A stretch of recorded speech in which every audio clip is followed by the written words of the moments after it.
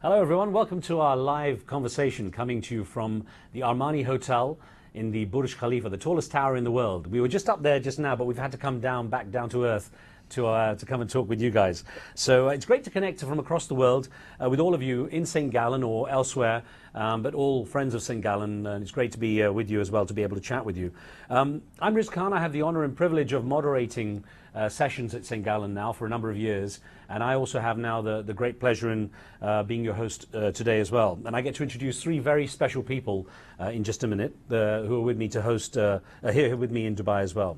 Now, since 1989, when the Berlin Wall came down, the St. Gallen Symposium has been running a competition, a very high-level competition, the Wings of Excellence, which identifies some of the brightest young leaders of tomorrow. And it's very competitive.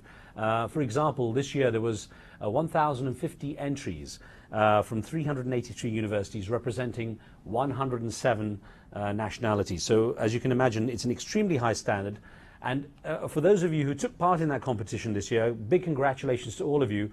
I was one of the judges, and honestly, you all are winners, I have to say. You know, the standard is so high. But sadly, I guess, we have to pick three to represent the three winning essays that were submitted as well. It was very hard to do that, but we did eventually come up with that. So I'm going to introduce them to you now, because as I refer to them now, after spending a couple of days with them in Dubai, the three musketeers that I have with me here. We have the winner actually was Ashwini Kumar Singh, and I'm going to get, by the way, all of them to just give you a brief introduction to what they discussed in their essays. But Ashwini Kumar Singh came first, Martin Senaviratna was second, and Set Yingting came third with his piece. And I say all excellent, but we eventually had to get some numbers on who was where.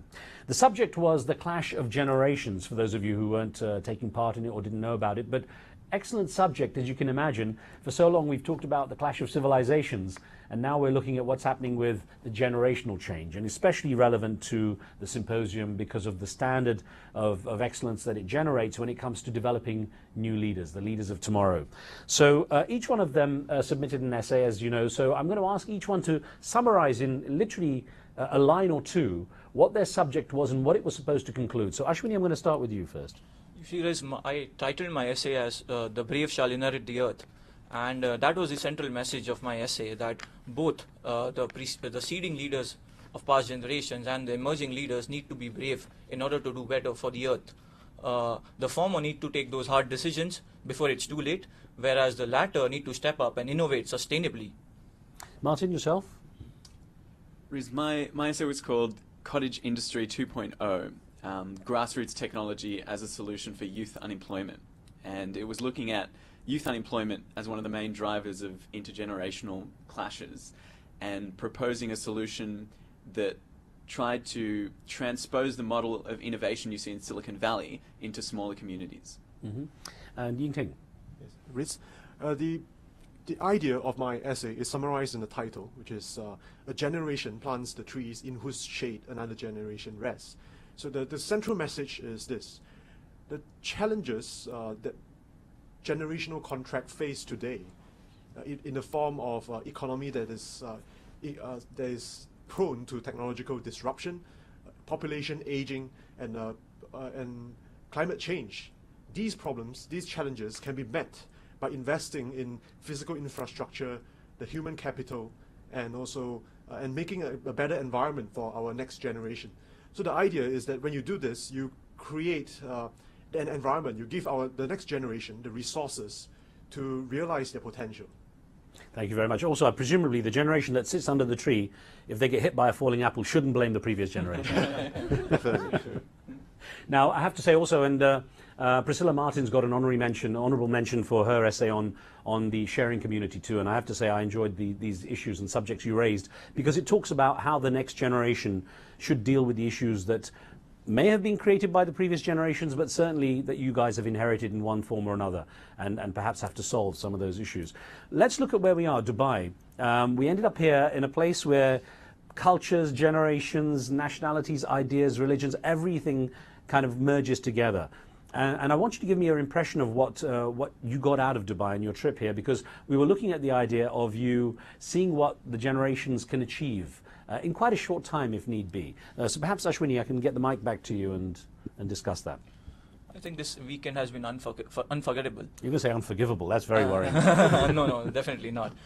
In terms of, we've been to Old Dubai and New Dubai, we've seen different sides of the city, and each of it is there to learn so much from the city in terms of the kind of achievement these guys have done in just a span of few years. It's a perfect place for being called as the world capital, wherein so many cultures thrive together, live together, they overcome their boundaries, they overcome their egos, they overcome their differences and live peacefully here. So probably it's a good place to soak in a lot and go back and ponder over how things can be changed across the world wherein differences still exist. You know, Martin, dare I say it, that, you know, had I been bringing 3 Americans, they might have been terrified at the idea of being in the Middle East. So let's at least clear this up, you know. Are you in danger here? No, we've certainly been very safe. But I agree with Ashwini that it's an interesting city of blending. Like just the other day, we were riding down on an old wooden boat through the central canal of Dubai, and you see sort of the old part of Dubai and the traditional sort of houses and the markets, and then right behind the glass and metal skyscrapers of New Dubai. And that contrast between old and new, between east and west, I think makes it a really interesting city, and maybe one that sort of encapsulates what the future has to hold in terms of blending of generations, blending of cultures. And it's interesting also because one of the reasons I was keen to have you guys in Dubai is because there is this mix of people as well, but it also is a chance to touch on some of the things that we might get into at the symposium, and I'll explain that a little bit later before we wrap up. But we went up to the highest point you could get to, basically, and had a chat up there as well. And it was to show the heights you can climb as young entrepreneurs, and perhaps some of the turbulence you might feel. And in that, I refer to the dune bashing you guys did on the sand in Yingting. I think your stomach got quite a bashing. Well, I was. I mean, it was exciting, but after you spend so much time in like a roller coaster, yeah, I feel dizzy. Yeah, bouncing on the sand dunes in a 4x4. Yeah. I'm starting to realise the symbolism of this whole trip. Yeah. That's it. A lot of symbolism. Yeah. But let me ask you, Yingting, what sort of, you know, when you look at what you see going on around here, how it perhaps inspires you in how you move forward with your career ideas and your aspirations? I'm impressed by the ambition of this city. Like if you look at the infrastructure, the roads, the buildings, you can see that they're very optimistic about the future, and I think I can apply that in my life. Like we should be ambitious about our future and put in the hard work to make it happen. Mm. You know, Ashwini, it's interesting because you mentioned Old Dubai and New Dubai, and that was part of the theme, to have witness what has been and what has grown out of basically a very desert environment into this remarkable modern landscape. How important, in your opinion, is it, especially someone from India where there is so much rich ancient history, to keep those values of the past while trying to move forward into something new? I think people change over time, civilizations change over time, and some of those values outlive those civilizations. Like if you ask me in strictly traditional terms, there are a lot of family values in India, like taking care of your parents, respecting the elderly. These are good values. These need to be inculcated and taken forward. But then there are certain aspects to your traditions which is not welcome, and those should be discarded when the time comes. I mean, modernity should be embraced, but at the same time, your roots should not be forgotten. Mm-hmm. And Martin, when you look at where things will move forward for you in the coming years, we'll talk more at the symposium. But how do you see, when you see what you look around you here in Dubai and see, how do you see what your prospects might be as a young generational leader? I mean, looking around Dubai, you see a lot of young people here who've moved here because of job opportunities, because this is an exciting new city.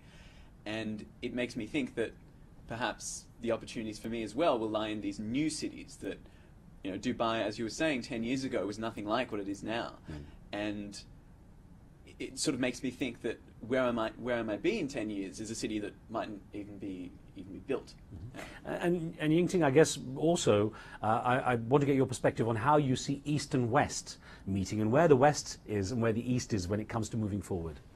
I mean, it seems that now that the East is a very dynamic place to work with all these investments in physical infrastructure, and yeah, it's definitely catching up with the West, and I think I'm attracted by the opportunities that are available here. Yeah, fantastic. Well, keep in mind, as we only have this short period of time to live connect with you, but during the symposium at St. Gallen in May, in fact on the 8th of May at 5:30 to 6:30 p.m., 17:30 to 18:30, we'll have our special plenary session with our 3 winners of the Wings of Excellence, and you'll have a chance there, and I encourage you to talk and connect with them directly at the symposium and exchange some ideas, and they can tell you more about this trip. And we have a little video feature we'll play you at that time too as well. All the essays, by the way, that were submitted for the Wings of Excellence are available. You can see them online, and I encourage you to read them because there's some really interesting thought leadership that has come out of that. But I guess from all of us, the 3 Musketeers and myself here, we want to bid you a farewell from Dubai. Thank you. Thank you.